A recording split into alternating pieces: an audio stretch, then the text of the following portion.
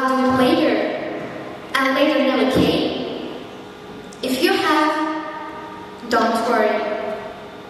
You're not lazy, broken, or alone.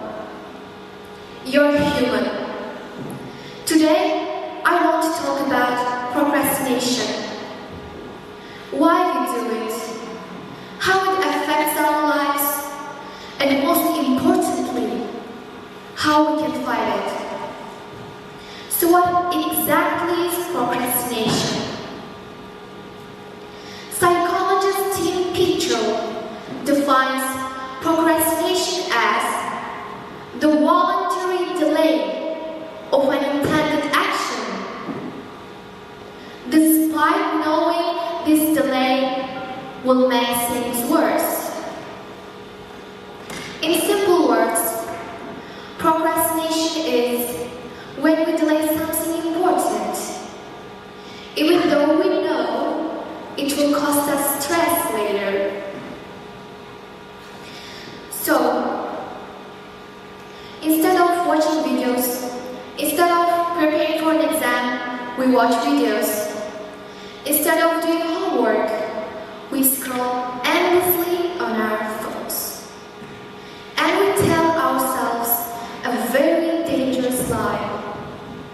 I still have time. Let me share an example.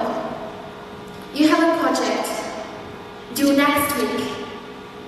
On day one, you think, I'll do it tomorrow. Tomorrow comes, and you say, I'll work better under pressure. A few days pass, suddenly it's the night before the deadline. Your heart is racing, your mind is tired, and you promise yourself, I'll never do this again.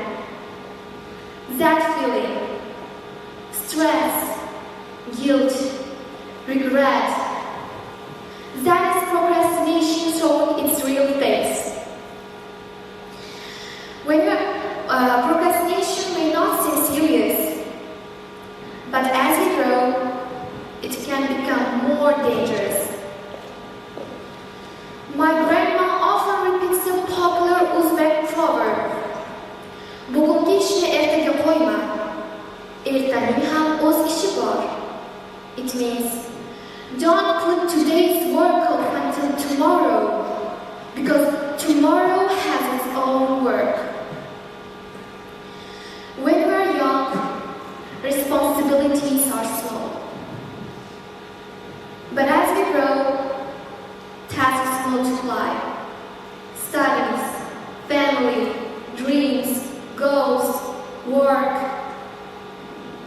And if procrastination follows us into adulthood, it doesn't just waste time. It steals opportunities. So why do we procrastinate? Most people think procrastination happens because of laziness. But research shows that's not true.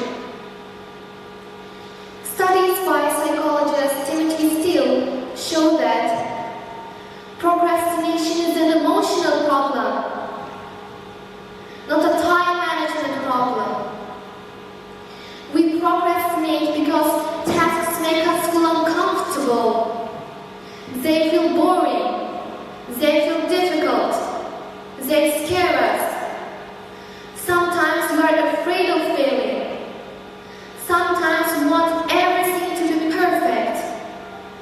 And sometimes we simply don't know where to start.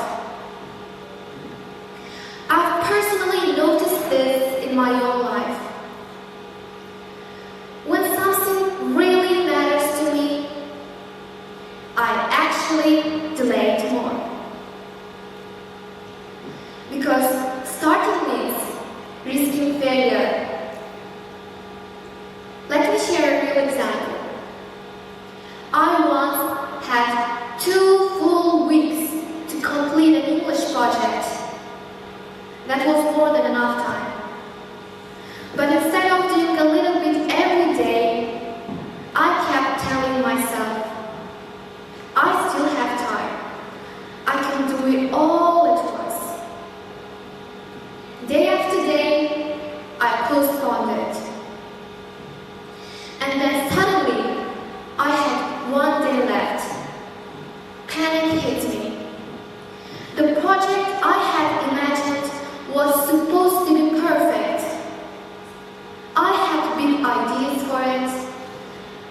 wanted it to really impress.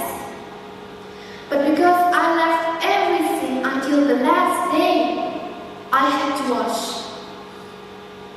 Guess what? I did.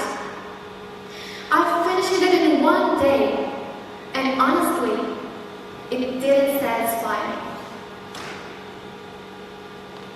What was worse is that it didn't just affect that one project, but because I was stressed and exhausted, the quality of my other homework suffered too. That's when I realized something important. I wasn't procrastinating because I didn't care. I was procrastinating because I cared too much. Our brain actually prefers comfort or discomfort. Neuroscience explains this well. Our brain has two systems. One that wants comfort now, and one that thinks about the future. When we procrastinate, the now brain wins. But the good news is, procrastination is a habit, and habits can be changed. So how do we fight procrastination? First, break tasks into small steps. Big tasks scare us. Small tasks feel possible. Instead of saying, I need to write an essay, say, I will write one paragraph. Second, use the 5-minute rule.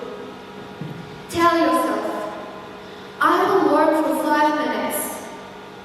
Most of the time, starting is the hardest part. But once you begin, momentum takes over. Third, remove distractions. Put your phone away, turn off notifications, find a quiet place. Distractions make procrastination stronger. Fourth, reward progress, not perfection. Everyone procrastinates sometimes. What matters is trying again. And finally, be kind to yourself. Self-criticism makes things worse. So believe in yourself. And finally, in conclusion, procrastination is something we all face. But it does not control us. By starting small, focusing for a short time, and choosing action over comfort, we can fight procrastination. So next time you hear yourself saying, I'll do it later, pause for a moment and ask yourself, why not now? My